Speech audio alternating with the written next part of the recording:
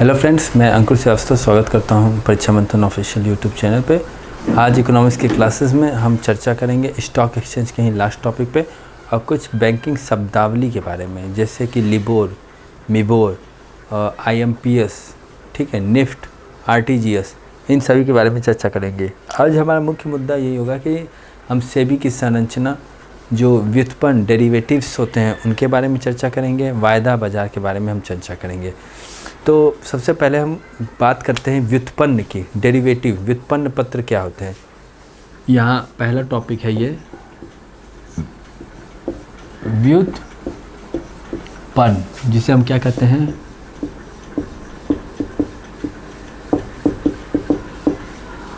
Derivative. ठीक, व्युत्पन्न क्या होते हैं? एक धीरे धीरे एक व्युत्पन्न पूंजी बाजार के ही एक हिस्सा है और पूंजी बाजार में ही ये एक तरह से अनुबंध पत्र होते हैं। ठीक, अनुबंध पत्र जिसे इंग्लिश में क्या कहते हैं हम, एग्रीमेंट। ये एक एग्रीमेंट होते हैं और इन एग्रीमेंट पे क्या होता है, चूँकि लेन देन होता है और इस कारण से इनकी कीमत होती है। जैसे कोई मकान है, कोई ज़मीन है, कोई प्रॉपर्टी है, उसको लेना है तो हम क्या करेंगे, एक अनुबंध कर लेंगे कि भाई इतने लाख का ये प्रॉपर्टी है, इतने लाख की प्रॉपर्टी, इतने समय बाद हम इनको इस फला तारीख को हम हस्तांतरित करेंगे। तो जो पत्र होता है, एग्रीमेंट पेपर होता है, वो एक तरह से व्युत्पन्न होता है। इसकी स्वयं की कोई कीमत नहीं है, परंतु जब वो लेन देन में यूज करते हैं तो इसका जो दाम है वो बढ़ भी सकता है और दाम क्या हो सकता है, घट भी सकता है। तो लेन देन के दौरान ही इसकी कीमत क्या होती है, प्राइस, वैल्यू आ जाती है। इसी को हम व्युत्पन्न मार्केट कहते हैं। जैसे आप देखेंगे कि कोई यहाँ पे अब आपको समझाते हैं इस तरह से, जैसे सपोज कीजिए कि कोई व्यक्ति है जिसने मकान को 2019 में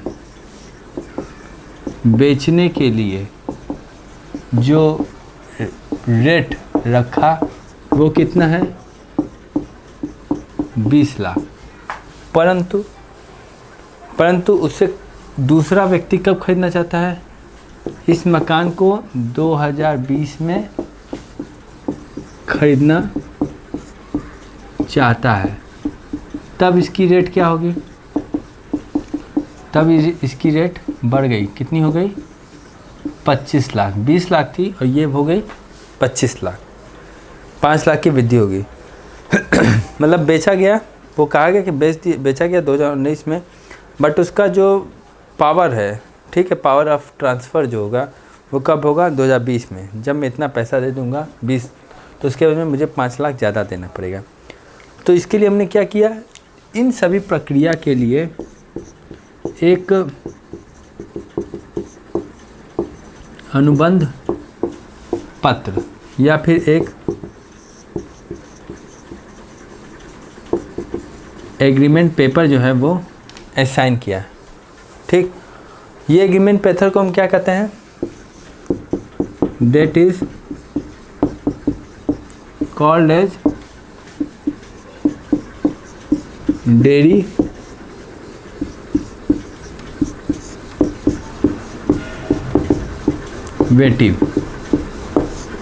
इनको हम डेरिवेटिव कहते हैं।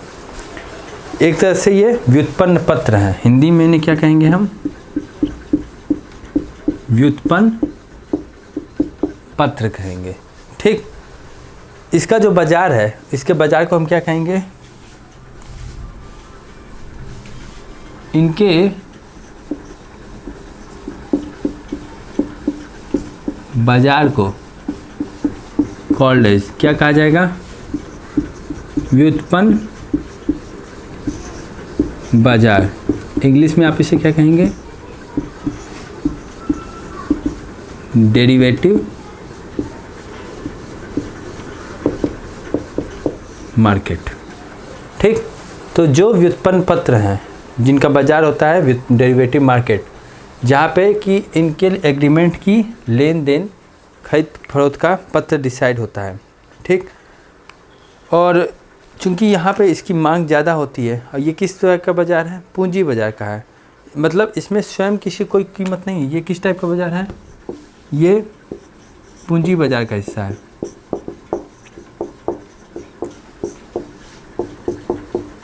तो इसकी स्वयं की कोई कीमत नहीं है, ठीक है, स्वयं की कीमत नहीं है, बट इसका प्रयोग किस में किया जाता है, खरीद फरोख्त में, प्रयोग खरीद बिक्री में करते हैं, ठीक। तो जो डेरिवेटिव्स होते हैं वो एक तरह से पत्र होते हैं जिन्हें हम डेरिवेटिव पेपर्स कहते हैं। इनका जो मार्केट होता है वो डेरिवेटिव मार्केट होता है।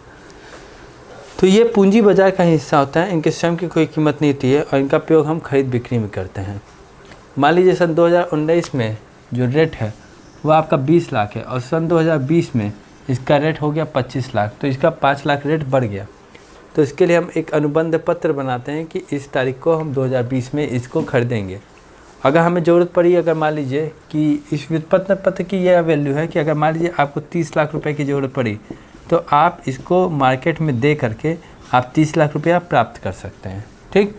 तो इस हिसाब से देखेंगे कि इसकी स्वयं की कोई वैल्यू नहीं है, बट इस पर जो एग्रीमेंट या जो असाइन लिखा हुआ है उसकी वैल्यू है, ठीक।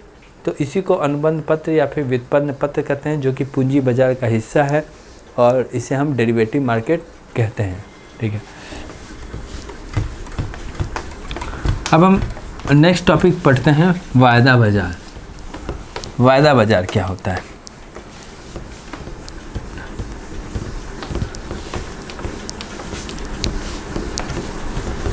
देखिए, जो वायदा बाजार होता है वहाँ क्या होता है, वायदा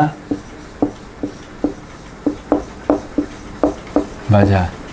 देखिए, वायदा बाजार में क्या होता है कि जो धातु हैं, जैसे गोल्ड है, सिल्वर है, जैसे धातु हो गई, जो प्रीशियस धातु हो गई, जैसे गोल्ड, ठीक है, सिल्वर, ठीक है, प्लेटिनम,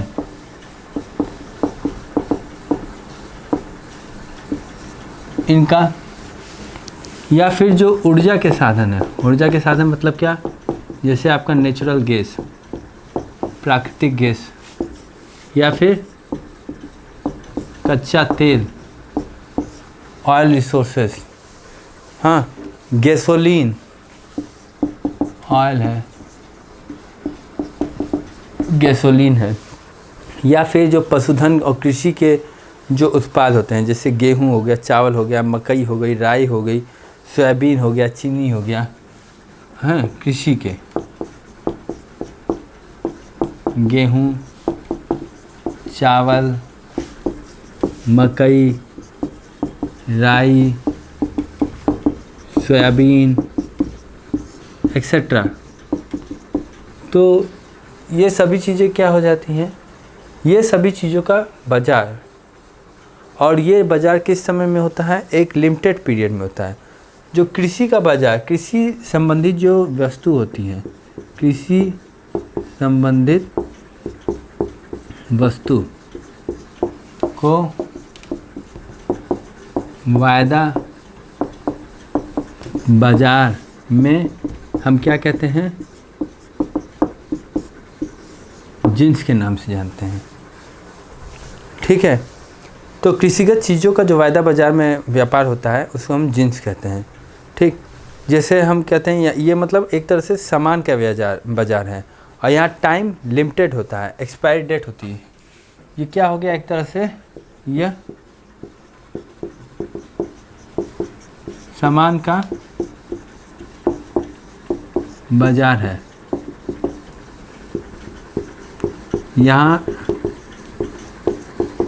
टाइम जो है वो लिमिटेड है, मतलब यहाँ पे क्या होता है, दैट इज़ एक्सपायरी डेट है कि इतने टाइम के बाद जो होती है वो वर्क नहीं होगा। टाइम का बाज़ार जो है वो लिमिटेड है, एक पर्टिकुलर टाइम के बाद एक्सचेंज को लौटा देना है।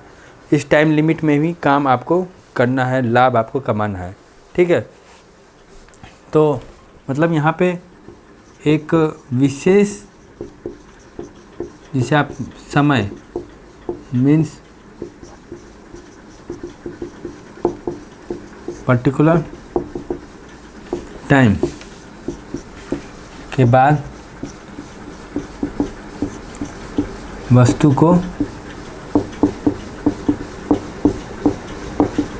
लौटाना है। एक पर्टिकुलर टाइम के बाद हम वस्तु को क्या करेंगे, एक्सचेंज कर लेंगे। और मतलब तभी इसी समय में हमको जो है लाभ को कमाना है। मीन्स यहाँ पे टाइम क्या है, वो कम है। रिस्क तब क्या है, क्योंकि कृषिगत सामान है, खराब हो सकता है, ज़्यादा है, सो लाभ भी क्या होगा, ज़्यादा होगा, ठीक। टाइम कम है, रिस्क ज़्यादा है, इसलिए लाभ भी वहाँ पे क्या होता है, ज़्यादा होता है, ठीक है। ये एक तरह से क्या करेंगे, डेरिवेटिव मार्केट का ही एक प्रकार है। और ये भारत में सबसे बड़ा वायदा बाज़ार, अगर आप देखें, इसको मिटा दें, नोट करते जाए, तो वायदा बाज़ार क्या है, फ्यूचर मार्केट, इंग्लिश में इसे क्या कहते हैं हम, फ्यूचर मार्केट। जो फ्यूचर मार्केट है वो क्या है, वो धातुओं का, जैसे गोल्ड, सिल्वर, प्लेटिनम, या फिर ऊर्जा का, जैसे नेचुरल गैस, कच्चा तेल, ऑयल, गैसोलीन, या फिर कृषिगत वस्तुओं का वायदा बाज़ार है। और कृषिगत वस्तुओं को वायदा बाज़ार में हम जिन्स के नाम से जानते हैं। ये सामानों का बाज़ार है। किसका बाज़ार है, सामानों का बाज़ार है। और यहाँ टाइम क्या है, वो है लिमिटेड है। मीन्स यहाँ पे क्या है, एक्सपायरी डेट है। और यहाँ पे एक विशेष समय पे, एक पर्टिकुलर टाइम के बाद वस्तु को लौटाना है। मतलब समय क्या है आपका, कम है, रिस्क क्या है, ज़्यादा है, तो लाभ भी क्या होगा, ज़्यादा हो गया, ठीक। अब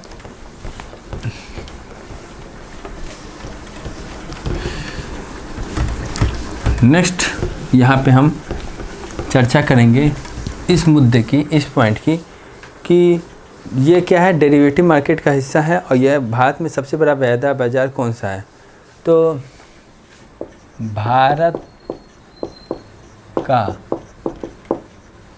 सबसे बड़ा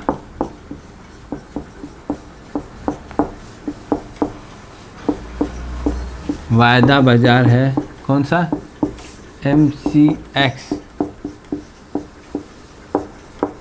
मुंबई। मीन्स मल्टी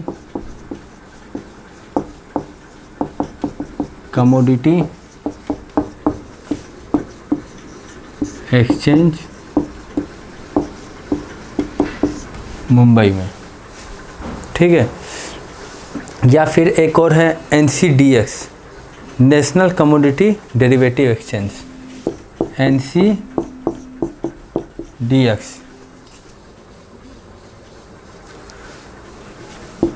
ये है नेशनल कमोडिटी डेरिवेटिव एक्सचेंज। तो ये दो टाइप का हो गया, एक तो भारत में MCX हो गया और एक क्या हो गया, NCX-DX। दो इसके व्यापार बाजार हो गए, ठीक। अब सेबी हम बात करेंगे, सेबी की। सेबी क्या है, सेबी एक इकाई है, इसको मिटा दें, नोट कर लीजिएगा आप लोग।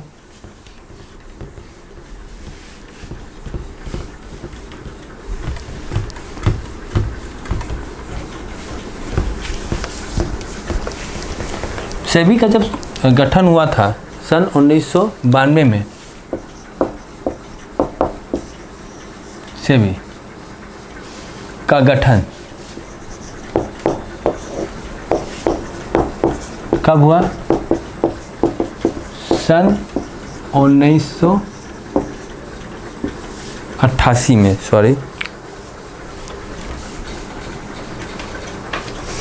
सन 1988 में। तो इसका जो गठन हुआ था वो एक तरह से गैर वैधानिक गैर संवैधानिक इकाई के रूप में हुआ था। किस रूप में? गैर वैधानिक और गैर संवैधानिक इकाई के रूप में इसका गठन हुआ था। ठीक। और फिर इसको वैधानिकता कब मिली? वैधानिकता मिली 1992 में। 12 अप्रैल 1992 ये क्वेश्चन पूछाता है को इसे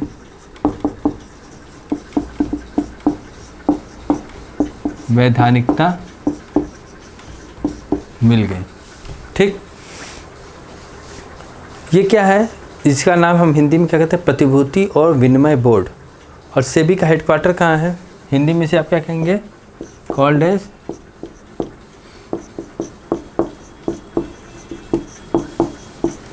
प्रतिभूति और विनिमय बोर्ड।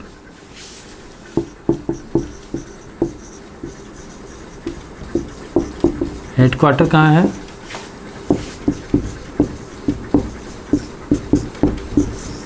मुंबई है। ठीक। भारत में जो प्रतिभूति बाजार है, इसका कार्य क्या है कि जो प्रतिभूति, जो सिक्योरिटीज़ हैं, उनका विनिमय करना, उनका विकास करना और उनका संवर्धन करना।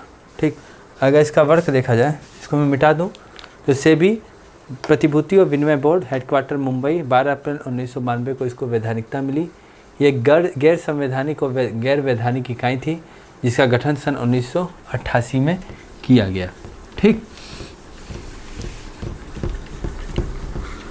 अब इसके अगर वर्क को लेकर के दृष्टिगत किया जाए तो इसका वर्क क्या है? कार्य। सेबी का जो मुख्य कार्य है, जो प्रतिभूति बाजार है, तो जो प्रतिभूति, जो सिक्योरिटीज़ हैं, उनका विनिमय, विकास और संवर्धन करना। पहला, प्रतिभूति मीन्स सिक्योरिटीज का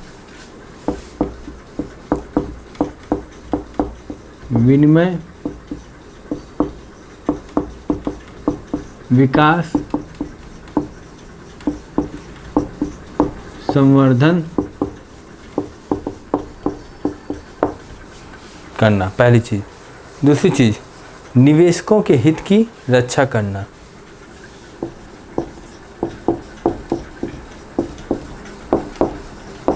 निवेशकों के हित की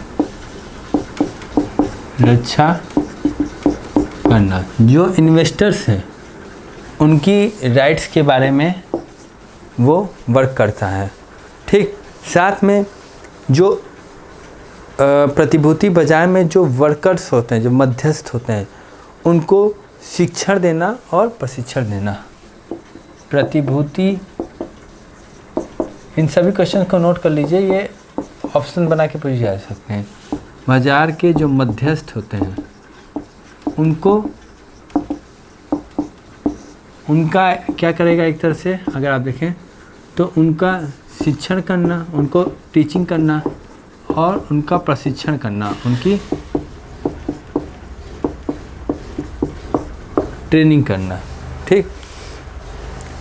और ये क्या रोकता है? प्रतिभूति बाजार में जो धोखाधड़ी हो रही है, जो अनुचित व्यापार हो रही है, या फिर जो इनसाइडर ट्रेडिंग हो रही है। कल मैंने बताया था इनसाइडर ट्रेडिंग क्या होती है। तो प्रतिभूति बाजार में जो अनुचित व्यापार है, ठीक, जो इनसाइडर ट्रेडिंग है, ठीक, उसके साथ साथ जो शेयरों का जो पर्याप्त अधिग्रहण है उसको विनियमित करना। ठीक। जो धोखाधड़ी होती है, कई जगह शेयरों के मार्केट में धोखाधड़ी भी होती है, तो इन सभी चीज़ों को क्या करना, इन सभी चीज़ों को रोकना का कार्य कौन करता है? सेबी। सेबी एक तरह से जुडिशियल बॉडीज़ भी है, जुडिशियल वर्क परफॉर्म करती है, जुडिशियल पावर भी इसको कुछ दी गई है। ठीक, सेबी देखता क्या क्या है? Share market, derivative market, future market और म्यूचुअल फंड। हमने आपको चारों चीज़ बता दी है। सेबी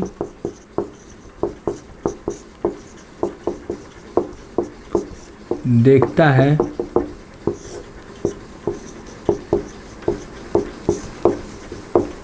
वायदा बाजार, जिसे आप फ्यूचर मार्केट कहते हैं, फ्यूचर मार्केट, फिर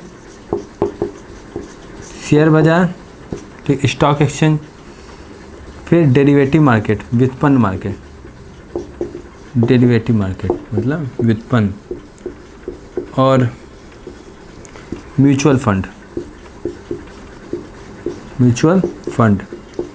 पारस्परिक कोष। तो सेबी इन सभी चीज़ों को देखता है। तो सेबी का कार्य क्या है? जो प्रतिभूति हैं उनका विनिमय, विकास और संवर्धन करना, साथ में निवेशकों के हित की रक्षा करना, प्रतिभूति बाजार में के जो मध्यस्थ हैं उनका शिक्षण करना, उनका प्रशिक्षण करना, और प्रतिभूति बाजार में जो अनुचित व्यापार हो रहा है, जो इनसाइडर ट्रेडिंग हो रही है, जो धोखाधड़ी है, उसको रोकना। सेबी ये भी देखता है कि जो वायदा बाजार है, फ्यूचर मार्केट है या शेयर मार्केट है या डेरिवेटिव मार्केट है या फिर म्यूचुअल फंड है, उनमें हम कैसे चीज़ों को रोक करके वर्क को कैरी ऑन करते हैं।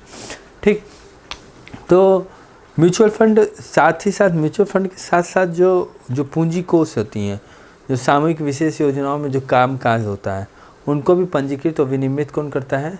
सेबी करता है। ठीक, तो ये हमने सेबी के बारे में जाना कि सेबी है क्या और सेबी के कार्य क्या हैं। अब हम जानेंगे कि कुछ बैंकिंग शब्दावली हैं जिनके बारे में हम धीरे धीरे जानेंगे। जैसे हम RTGS करते हैं। RTGS क्या होता है?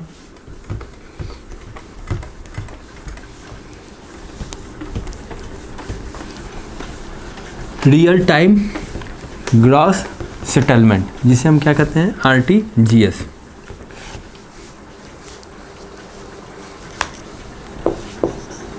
RTGS इसे कहा जाता है रियल टाइम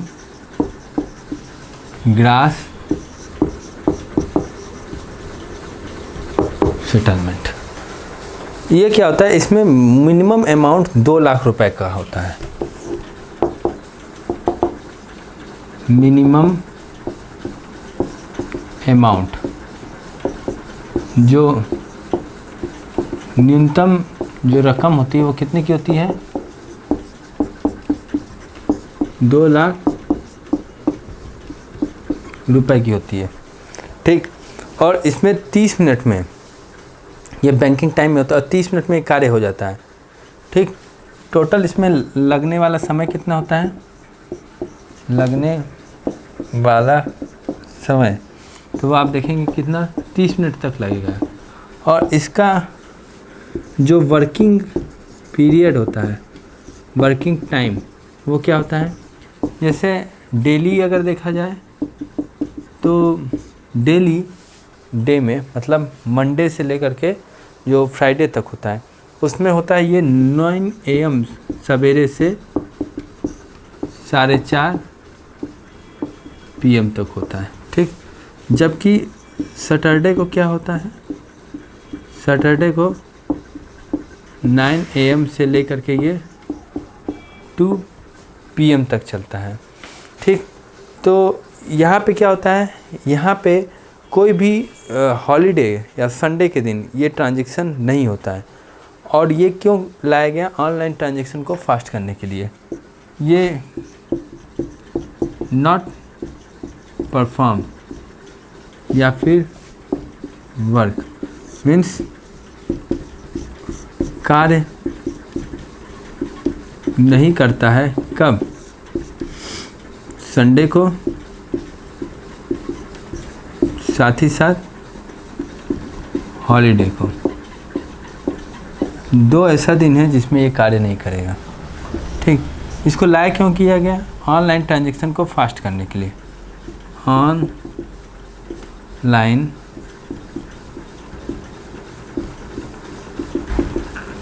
ट्रांजैक्शन फास्ट करने के लिए। तो जो RTGS है वो क्या है? रियल टाइम ग्रॉस सेटलमेंट है, जिसमें मिनिमम 2 लाख रुपए ही आप ट्रांजेक्ट कर सकते हैं। ऑनलाइन ट्रांजैक्शन को फास्ट करने के लिए लाया गया। संडे और हॉलीडे में वर्किंग नहीं होती है। वर्किंग डे में सवेरे 9 बजे से लेकर शाम के 4:30 बजे तक, सैटरडे को सवेरे 9 बजे से लेकर 2 बजे दोपहर तक। और इसमें कितना समय लगता है? आधा घंटा। RTGS आधे घंटे में होता है। एक होता है NEFT, national electronic fund transfer. इसको सन 2005 में लाया गया था और इसमें कोई अमाउंट की लिमिट नहीं है, मिनिमम अमाउंट की और मैक्सिमम अमाउंट की कोई लिमिट नहीं थे। बट इसमें समय जो होता है वो 2 घंटे का लगता है। तो अब हम बात करेंगे NEFT की।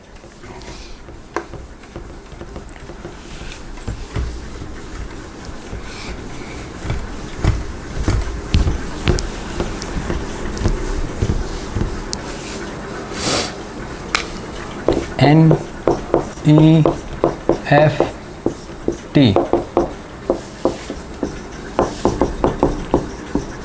National electronic fund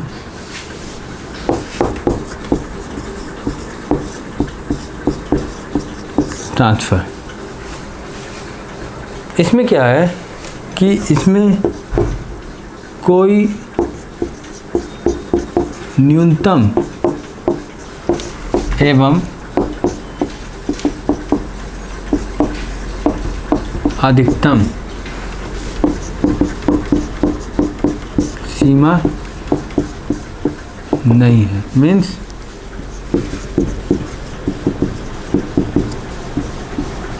no minimum and maximum limit. एक चीज़। दूसरी चीज़ कि यहाँ पे मिनिमम लगने वाला जो समय है वो कितना है? 2 घंटा। ठीक, और इसके लिए जो समय है कार्य का वो कब कब है? ये सवेरे 8 बजे से लेकर के शाम के 7 बजे तक, और वैसे सवेरे 8 बजे से लेकर के शाम के दोपहर में 1 बजे तक। कब? ये होता है आपका सैटरडे को, शनिवार को ये है। वैसे वर्किंग आवर में ये समय इसका लगता है। ठीक, और इसमें इसको कब लाया गया? इसको लाया गया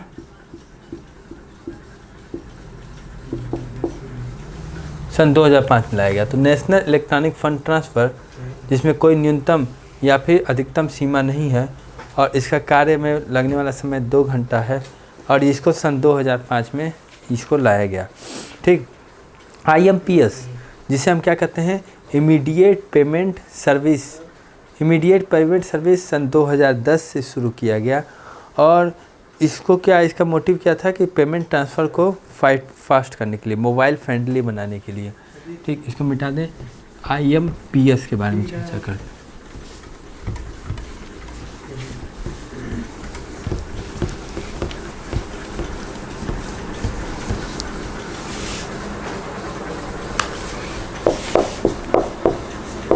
IMPS इमीडिएट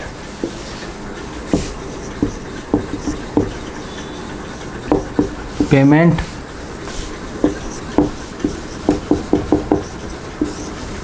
सर्विस। इसको सन 2010 में लाया गया, और इसके पीछे जो मोटिव था वो मोटिव क्या था? मोटिव ये था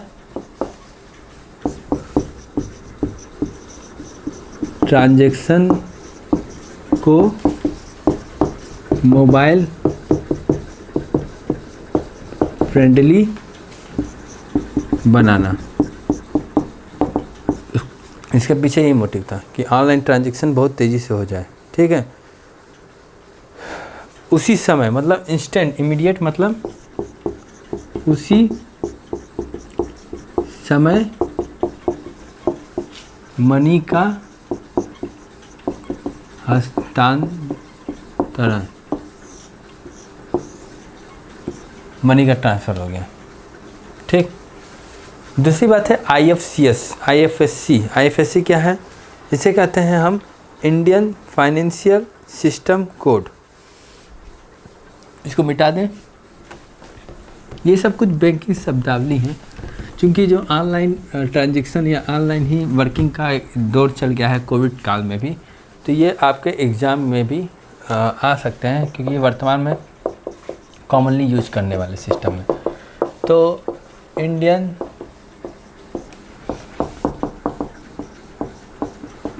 फाइनेंशियल, ठीक, इसको क्या कहते हैं? IFSC को इंडियन फाइनेंशियल सिस्टम कोड।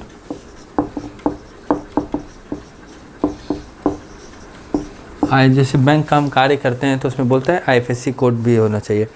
ये क्या आता है? ये अल्फ़ा न्यूमेरिक कोड होता है 11 डिजिट का, और इलेक्ट्रॉनिक जो पेमेंट ट्रांसफ़र होता है उसके लिए इसेंशियल होता है।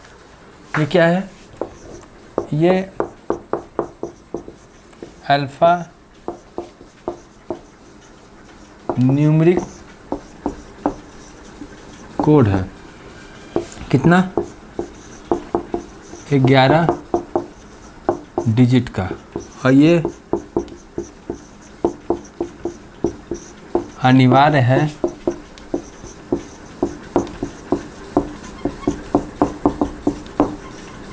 इलेक्ट्रॉनिक फंड ट्रांसफ़र के लिए।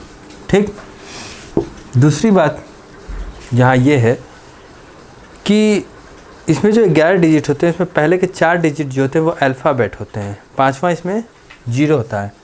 फर्स्ट 4 डिजिट अल्फ़ाबेट मतलब ABCD। फिफ्थ जो होता है वो क्या होता है? 0 एंड 6 हो गया, 5 और 6। जो लास्ट 6 डिजिट होते हैं वो क्या होते हैं? वो लास्ट 6 डिजिट वो आपके कैरेक्टर होते हैं ऑफ ब्रांच कोड होते हैं। ये ब्रांच कोड कैरेक्टर होते हैं। तो इस हिसाब से जो IFSC होती है, इंडियन फाइनेंशियल सिस्टम कोड, वह एक अल्फ़ा न्यूमेरिक कोड है 11 डिजिट की, और ये अनिवार्य होती है। जो इलेक्ट्रॉनिक फ़ंड होती है और उसके ट्रांसफ़र के लिए क्या होता है? ये अनिवार्य होता है, जिसमें पहला 4 डिजिट अल्फ़ाबेट होता है, फिर 5वां इसमें 0 होता है, और लास्ट 6 डिजिट जो होते हैं वो बैंक के ब्रांच कोड होते हैं। अब हम बात करते हैं MCR की। MCR जिसे हम क्या कहते हैं? Magnetic ink character. MCR क्या होता है? जो चेक की क्लियरिंग होती है उसमें MCR का यूज होता है। ये 9 डिजिट के होते हैं, जिसमें पहला का 3 डिजिट शहर को, दूसरे का 3 डिजिट बैंक, और तीसरे का 3 डिजिट जो होता है लास्ट 3 डिजिट वो शाखा को डिनोट करता है। तो अब हम बात करते हैं MCR मैग्नेटिक इंक कैरेक्टर की।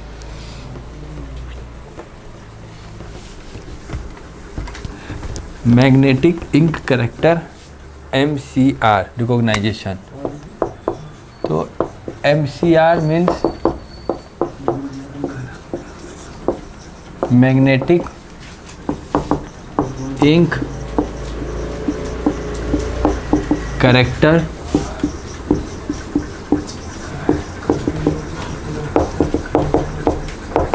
रिकॉग्नाइजेशन। इसमें MCR की पद्धति में क्या होता है कि ये टोटल 9 डिजिट नंबर है, और इसका यूज किस में होता है? चेक के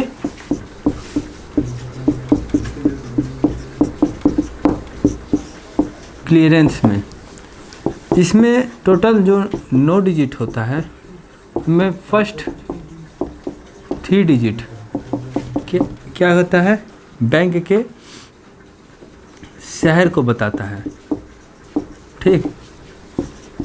सेकंड 3 डिजिट क्या बताता है, वो बैंक को बताता है। और लास्ट का जो थर्ड 3 डिजिट है वो क्या करता है, वो शाखा को बताता है। तो इस हिसाब से जो MCR है, मैग्नेटिक इंक कैरेक्टर, वो 9 डिजिट है जिसको हम चेक क्लियरेंस में यूज किए जाते हैं। और ये शहर, बैंक और शाखा को डिनोट करता है, बताता है, ठीक है। Means city code, branch code, bank code and branch code, ठीक। अब हम बात करते हैं लिबोर की। लिबोर क्या होता है, लिबोर जिसे हम कहते हैं London inter bank offered rate, को नोट करते जाइएगा। लिबोर है, मिबोर है, ये सब चीज़ें क्या हैं, आती रहती हैं, एग्ज़ाम में भी जनरली पूछी जाती हैं, ठीक। तो अब हम बात करते हैं LIBOR. London inter bank offered rate, offered rate क्या है ये, लिबोर। ये एक प्रमुख बेंचमार्क है ब्याज दर का, जो कि अंतर्राष्ट्रीय विभिन्न जो देश हैं, ठीक, कंटिनेंट में हैं, अलग अलग कंटिनेंट में, उनके बैंकों के बीच में जो एक्सचेंज होता है, जिस ट्रांजैक्शन होता है, लेन देन होता है, उसके लिए जो ब्याज दर डिसाइड किया जाता है वो किस बेंचमार्क पे किया जाता है, लिबोर पे। ये एक प्रमुख बेंचमार्क ब्याज दर है। ये ब्याज है, एक तरह से ब्याज दर है, इंटरेस्ट रेट है, ब्याज दर इंग्लिश में इंटरेस्ट रेट, मतलब प्रमुख बेंचमार्क ब्याज दर, प्रमुख बेंच मार्क ब्याज दर है। और ये जो इंटरकंटिनेंटल एक्सचेंज द्वारा प्रशासित होता है, और प्रत्येक दिन EICE इंटर कंटिनेंट अंतर महाद्वीपीय, हिंदी में कहेंगे, एक्सचेंज लेन देन द्वारा प्रशासित होता है। और प्रत्येक दिन 11 बजे, ठीक, सुबह 11 बजे लंदन के जो अनुसार प्रकाशित होता है। प्रत्येक दिन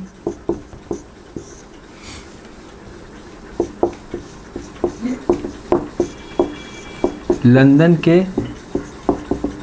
अनुसार प्रातः 11 बजे प्रकाशित, ठीक। ICE द्वारा प्रशासित होता है, और ICE इसको प्रत्येक दिन जो लंदन में सवेरे 11 बजता है उसके आधार पर प्रकाशित करती है। ये एक तरह से ब्याज दर है, ठीक, बैंक ब्याज दर है जिस पे ये वर्क करता है, ठीक। और इसमें क्या होता है लिबोर में कि यहाँ 16 प्रमुख बैंकों को आधार मांगा जाता है, और इन 16 प्रमुख बैंकों को आधार मांग करके ICE इन प्रमुख वैश्विक बैंकों से ये पूछती है कि अल्पकालिक ऋण के लिए अन्य बैंकों से कितना शुल्क लेंगे। ICE क्या करती है कि इन अंतर्राष्ट्रीय जो बैंक हैं, इंटरनेशनल बैंक, करीब करीब ऐसे 16 बैंक हैं, 16 बैंक इनसे क्या करती है, इनसे पूछती है क्या अल्पकालिक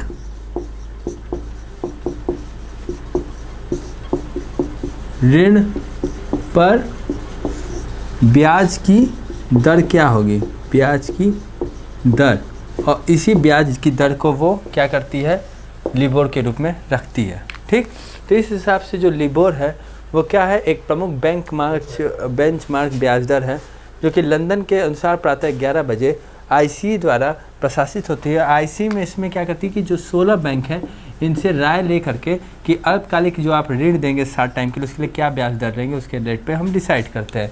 तो आज की क्लास यहीं तक समाप्त की जाती है।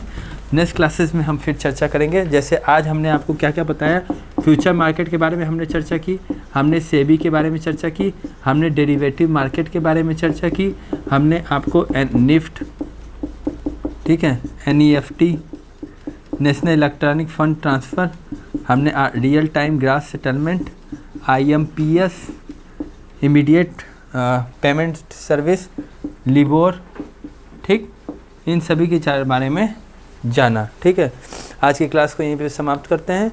कल अब हम मुद्रा का नया चैप्टर स्टार्ट करेंगे, मनी सिस्टम। ठीक, धन्यवाद।